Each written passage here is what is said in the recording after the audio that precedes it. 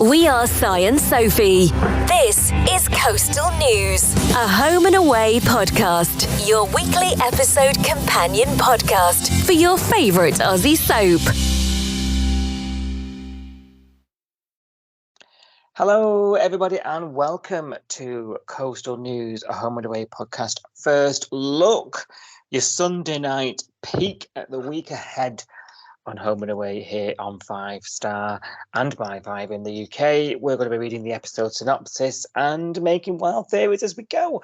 Don't forget, yesterday's episode, Saturday morning's episode, is out. Go back and listen to that if you haven't yet. That covers all our thoughts and feelings about last week on Home and Away. How are you doing, Sophie? Are you okay? Hello, I'm good, thank you. How are you doing? Not too bad. Weekend going okay? Yeah. Getting a bit of R&R? Bit wet and miserable, but apart from that, yeah, very much an R&R weekend, I'll be honest. Yeah. What about you? I'm the same. I'm doing nada this weekend. Beautiful. Yeah. Right. Should we have a look at what's coming up on Home and Away? What's ahead? What have we got coming up? Do you want to have a look? Yes, I do, as long as there's no L word. Well, they're banned, remember. So I'll be skipping over that crap. Good, There good. is one person did message us this week saying, "Am I the only one who likes it?" So Who was that? Yeah, you are. I can't remember now. Go back and have a look. It was on the I Twitter. will. Oh, Yeah. I missed that one. I must have been a day when you were tweeting. Have you got an episode number for me? I think I have, and I was quite confident. Oh. And then I don't know whether my confidence is going to make me look daft now, because I don't know. I thought, well, I'll give you my number. Okay. Yeah. I think it's 8,107. Oh, I was going to go 6, and then I changed my mind to 7. This is awkward. No, it's right. It's 7. Ah! Yeah. Yay! The listeners are rejoicing, like, finally. She got one right. Hallelujah. Hallelujah. Yeah, I was toying between 6 and 7, and then I got confident, and then I lost it again, and I was like, no, I'm going to go for it. It's 7. Well done. Welcome back. She's back. Yay! She's back, ladies and gents. and all in between. She's back. Right. 8,107. Monday, the 16th of October, here on 5 Star My 5. Tane feels iced out of his marriage. That was our Friday cliffhanger, wasn't it? It was, tell me, why didn't you tell me about it? Feels iced out of his marriage. That's quite, the language used there is, yeah, that's quite dramatic, isn't it? Iced out. Not like he's feeling, because the whole point, I think the whole thing about this is that he went to New Zealand, he came back, and his wife's in the cop shop talking to her attacker. He knew nothing about it. And then she's all, she goes, "Oh, you're back." And then she's like, "Oh, it was good. And I felt great." And then he's like, "Yeah, can we just rewind a bit though? Because like, when did this happen? When did you decide that you were going to go and do it? Like, why didn't you tell me?"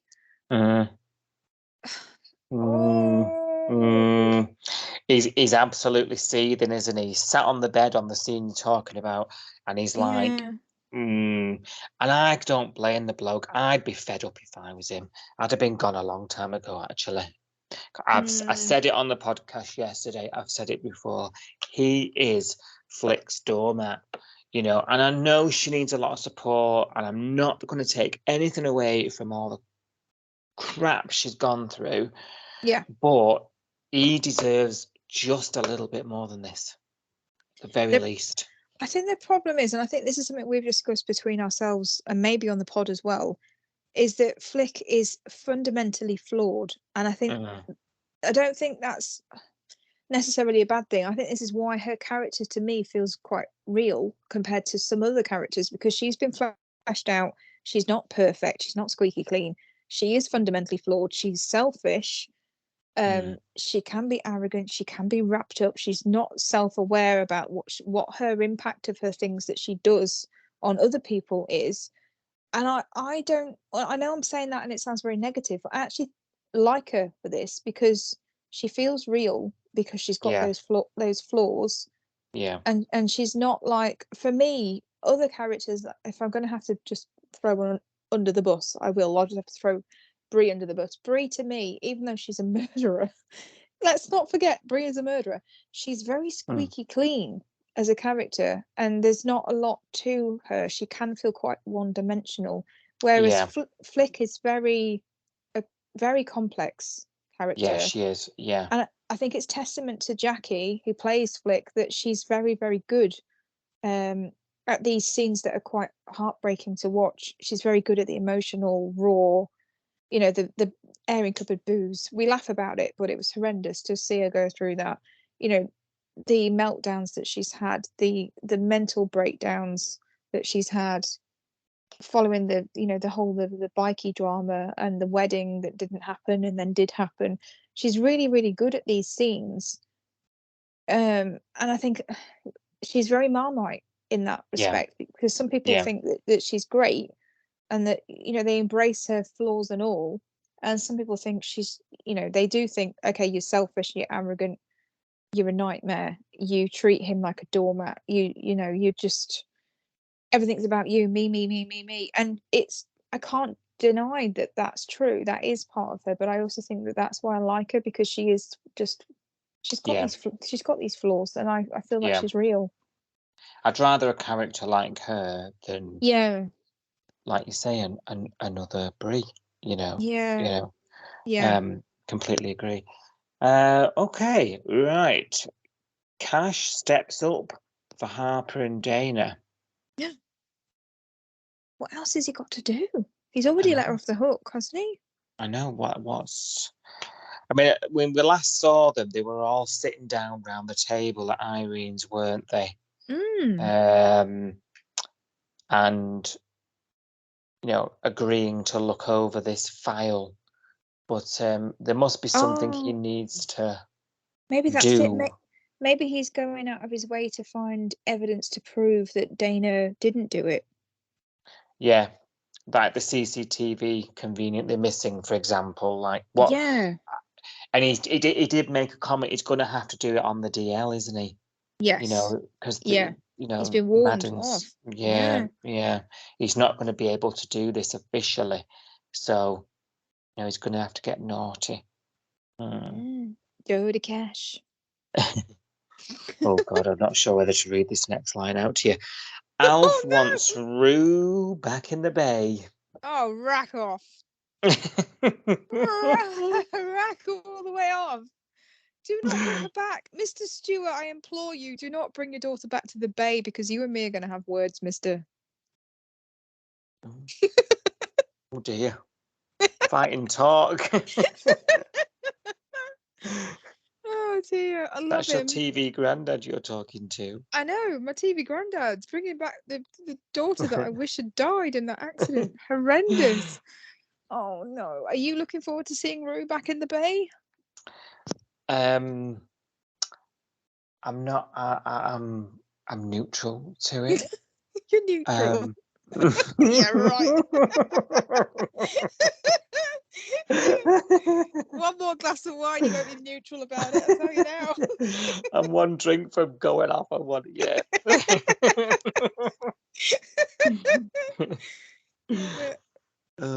Has Dana sabotaged her own case? Oh dear. Probably. What's she done? Don't know. She's forgotten the lock. She's forgotten the code. We've all done it. Oh dear. Padlock on a suitcase. She sabotaged. What did I set this to again? 111. Always 111, right? Just me? Was it? Oh.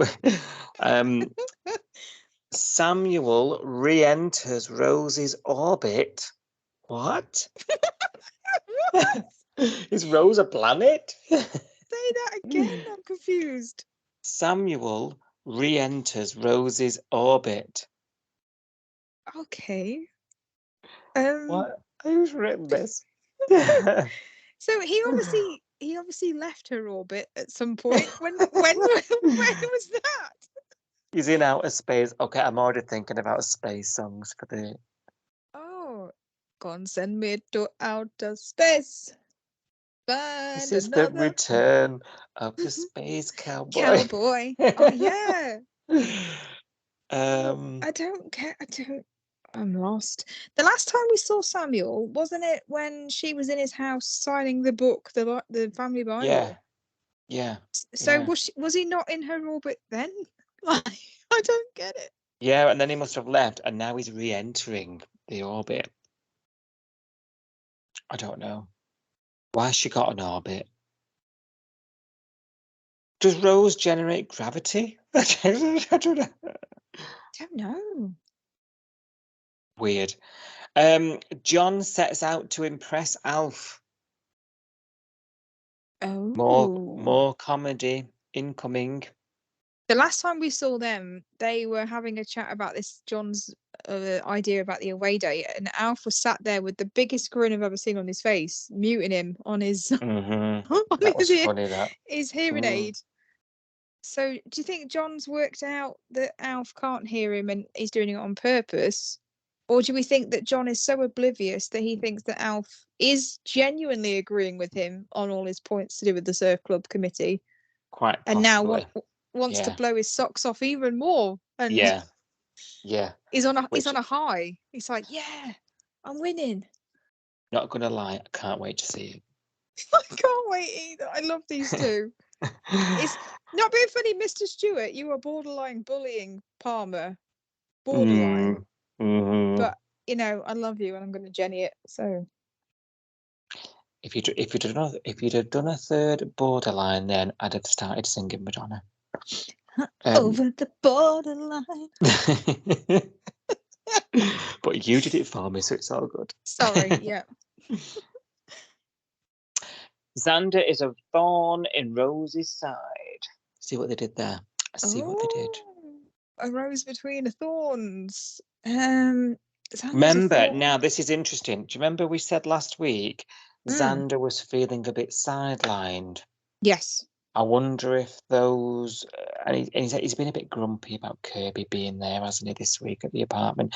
I wonder if I would be, to be fair. She's been taking over the place with a bloody keyboard, hasn't she? Yep. I did say that would happen, didn't I? You did. But I do wonder if him and his feelings are sort of getting in the way here a bit, you know. Yeah, she's probably come back to him and he's probably gone, well, how did it go? And then she said, oh, you know, I wrote my name in the book. And do you think maybe he's asking her the questions that we're asking? You're like, are you sure this is dad? Are you you know, you've not had a DNA test. Are you getting a bit carried away here? Is the thorn in her side like the voice of reason? Like maybe talk to mum about why she doesn't want you to know who your dad is, or maybe don't get so swept up in him, or maybe find out he is your dad before you get so excited. Maybe he's not putting a dampener on things, but being that voice of reason and saying, I don't know, I just get this feeling that she's really not, good point.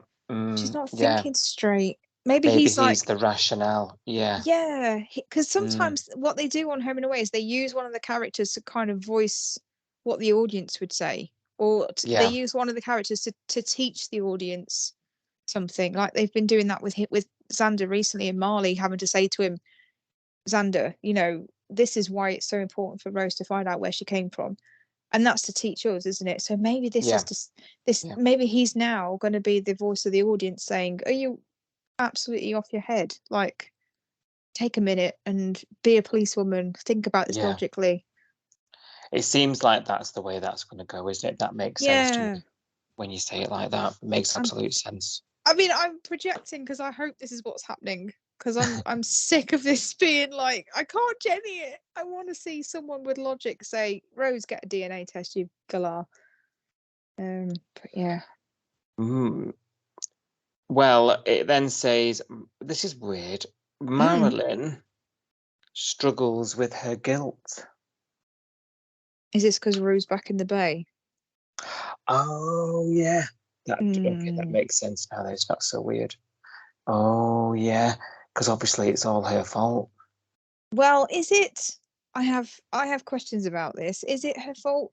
Yes, she got involved with selling organics, but Rue's the one that told her to fight. Rue's the one that had the allergic reaction and said, "You can't just let this drop. I had an allergic reaction. You need to fight selling organics." Rue's the one that sent that last text message to the CEO, going, "Bring Do it you know? on." Yeah, but do you know who I blame? Hmm. And they'll get off this scot-free. Kirby. That's who I blame. Kirby. Really? Yeah, she antagonized Marilyn. She whipped her up. She made her do videos. Yeah, Hmm. yeah. I think Rue's not innocent in this. But yeah, you're right. Kirby's got all three of them have got a hand in what happened. I don't think any of them are Marilyn's not blameless because she went along with it. Rue's not blameless because she egged her on, and Kirby's not blameless because you're right. She did whip her up into this social media storm. The forum and the videos were Kirby's idea. Yeah, it's very Marilyn though to take it all on her own shoulders, though, isn't it? Yeah, And blame herself. Very Yeah. Marilyn. Yeah.